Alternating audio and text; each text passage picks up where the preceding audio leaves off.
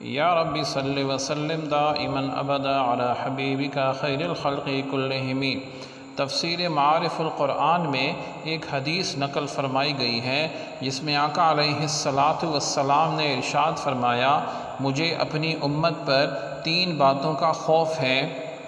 پہلی بات یہ کہ مال بہت مل جائے گا جس کی وجہ سے باہمی حسد دشمنیاں کریں گے اور کچھ تو خون یعنی خون خرابے کرنے لگیں گے۔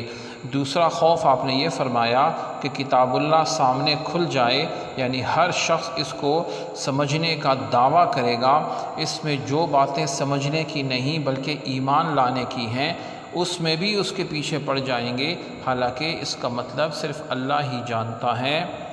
اور تیسرا خوف آپ نے یہ فرمایا کہ علم ان کا بڑھ جائے گا تو اسے ضائع کر دیں گے اور علم کو بڑھانے کی جستجو جو ہے وہ چھوڑ دیں گے۔ سبحانک اللہم و بحمدک اشہد ان لا الہ الا انت استغفرک و اتوب الیک۔